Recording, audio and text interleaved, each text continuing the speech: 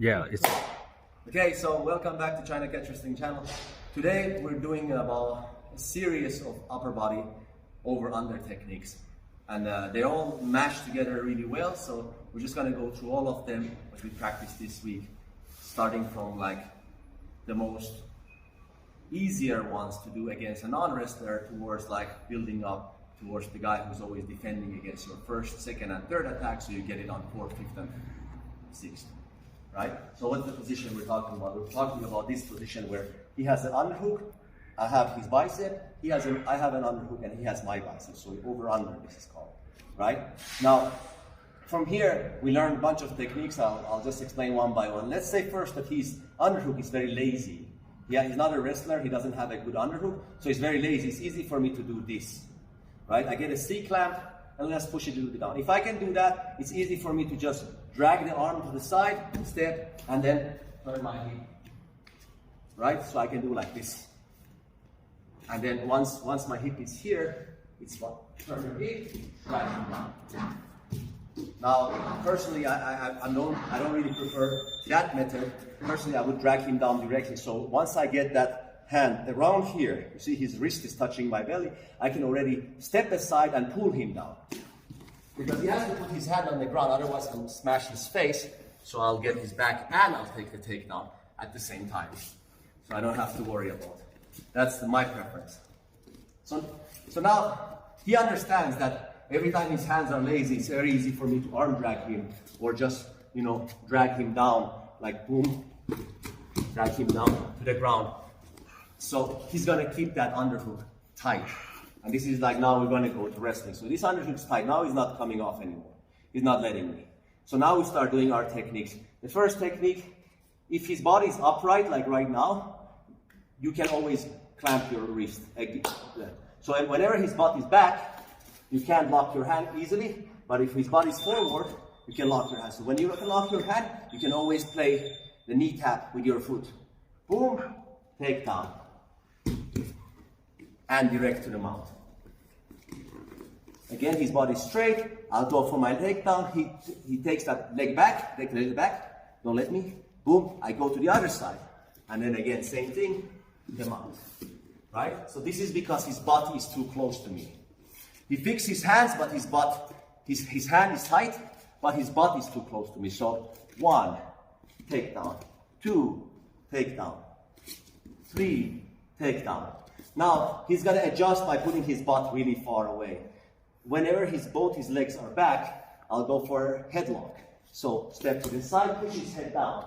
Right now, he cannot effectively lift his head up. Try to lift your head up. It's very difficult to lift his head up because my head is and my positioning keeps his head down. And then from here, I'll pull my arm out, headlock, and I turn back to the position.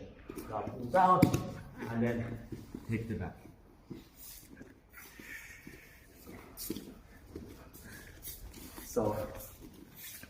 So now he understands that his butt cannot be too close. Whenever the butt is too close, I can knee tap with the leg. So he's gonna put butt a little bit back, and now I can't effectively go around him anymore. So now let's put one leg forward, but butt back. Yeah. So now it's difficult for me to grab. I mean, I can still grab, but can you grab? Grab my grab your hands? Yeah, it's difficult, right? So now we're going to like more difficult. So his butt is back, and this is tight. So what are we gonna do? First technique, you grab a really nice grip here, and then suddenly become really heavy. You see his body will turn. Boom. Now it's a lot of pressure on this leg, and I near side knee tap. Run until I'm next to him, put my leg, and I turn. It's called a Rizwan run.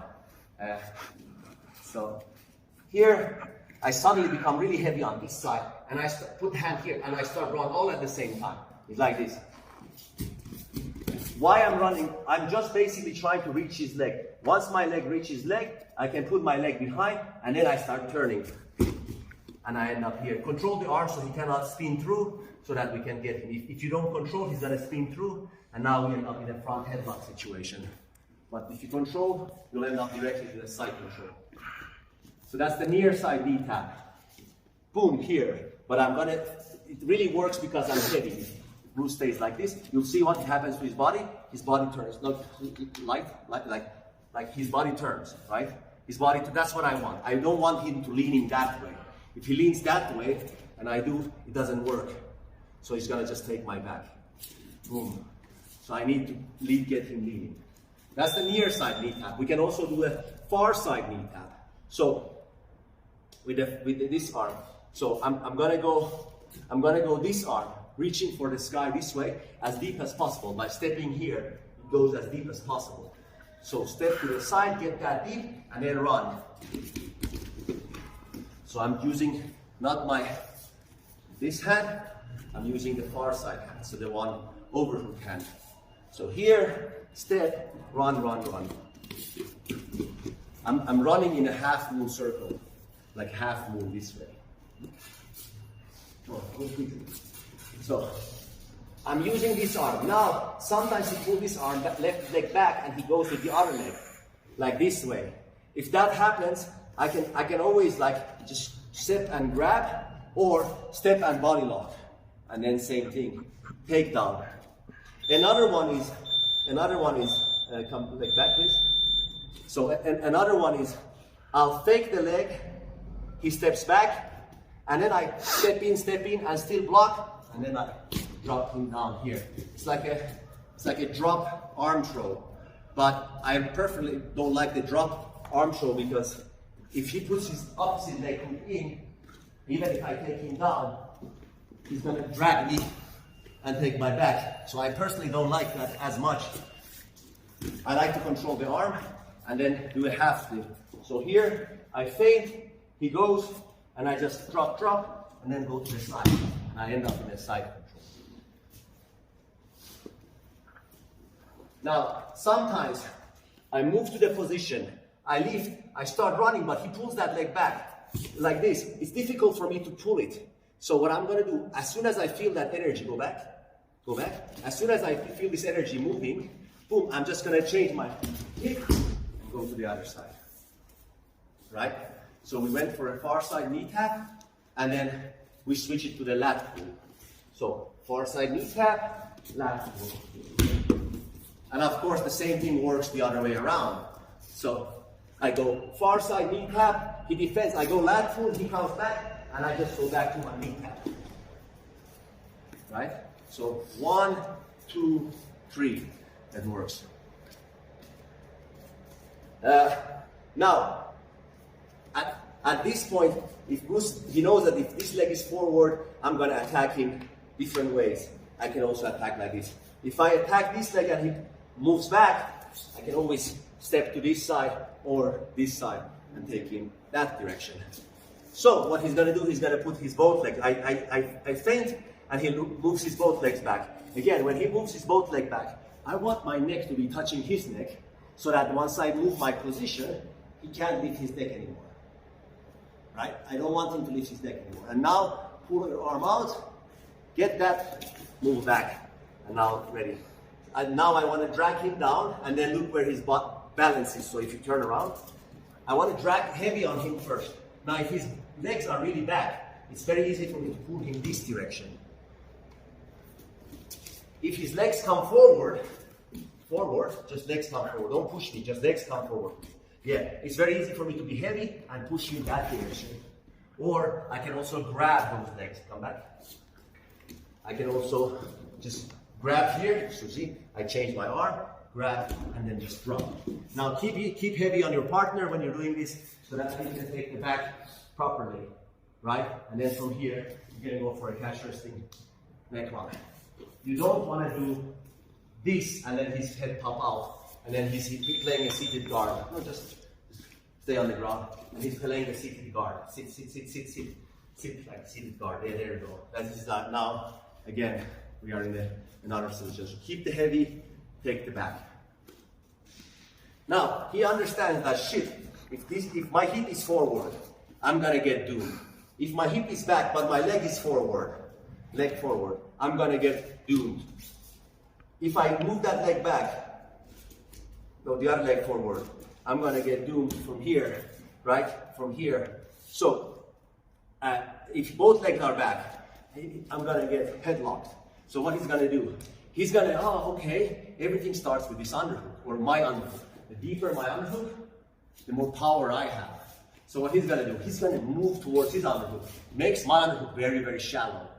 And this is like, oh shit, because now I can't do any of my technique and he can do a lot of his technique, for example, body locks, takedowns and stuff like that, boom. So I need to be careful. As soon as he starts moving, I'm gonna re-grip. So I used to be here, he moves, I re-grip here. This is okay, monkey grip, this is okay, monkey grip, or this is okay, human grip, whatever it is. So let's do one more time. He moves, boom, re-grip immediately. And now, once I'm controlling this arm, I have a nice wizard on the other side, either with a fist or with holding your body, which I prefer. And now I'm gonna switch my leg, pump, pump. Pump, pump. Pump, pump. So kick wizard. So over, under, he moves, kick wizard. Sometimes he moves a lot. So over, under, he moves a lot, all the way to your back. Now I kick wizard both legs. Both legs for 5 points. And probably a KO if I land on him properly. I don't want to land on him right now for the video's sake, but you can imagine. Slam on the ground, plus all your body weight on his torso, all the wind out, instant KO. Having said that, the older I get, my reactions are getting slower, and also feel like I don't want to just do two big movements. The older you get, you just want to move less. So if I end up in that situation where he's going, I re-grip here, or here, doesn't matter which one, and I'll just first step, kick, and then when I'm kicking, I'm just gonna come back behind that leg and push. So a leg trick or an ankle kick, depending on what you're gonna do. So of course Bruce is not stupid, he's gonna go deep, I kick, and I step, but he steps away like that, right? So we are here, he goes deep, I step, but he moves back. I'm like, okay, so I need to be ready. Look what happens. Bomb, step, and then he steps again, like that. So he does this kind of motion. So I need to be ready with my arm. We're gonna go for an ankle kick. So from here, boom, step, boom, boom, ready. You see, when he comes up, that leg is mine. I'm just ready there. Just a small hook. When he's ready, I'll take that. So again, from here, go, boom, boom, boom. Now sometimes he falls because of my pressure, sometimes he doesn't fall. It's okay, if he doesn't fall, move to the outside, catch, inside, turn. Turn and control. But however, oftentimes it looks like this. He goes deep, re-grip, heavy, boom, boom, take down, okay? And now immediately pass, and start passing the guard. So it's a whole series of techniques. You don't want to end up using your power or your speed. You just want to read your opponent's, what is his position in relation to yours, and then use that as an advantage. We didn't discuss, by the way, the other side. So right now, Bruce was going deeper on me, right? And I have to do this. However, if I go deeper on him, he can do the same thing to me, or if he's holding very loose, I can go body lock, I can step, lock the other leg, I can step this way, or I can just stay really tight and move, take his back. I can also throw a throw by. A lot of different ways if I get that deep underhook. So preferably for him, he doesn't want to give me this underhook. He's going to move away, circle, boom, back to the neutral, and he wants to get the underhook, and I need to re-grip. I don't want him to get behind me. Now here, as I said, this is great, this is the fastest, but this is actually more control. This is more control. What I don't want is that I put my hand on the ground and he just puts his hand on the ground, because it's not going to fall. So now we have to go back to the neutral by hopping a couple of times, and then he comes to the ground. I'm trying to get him in a headlock if I can, and he's trying to get up as fast as possible in order to avoid the headlock.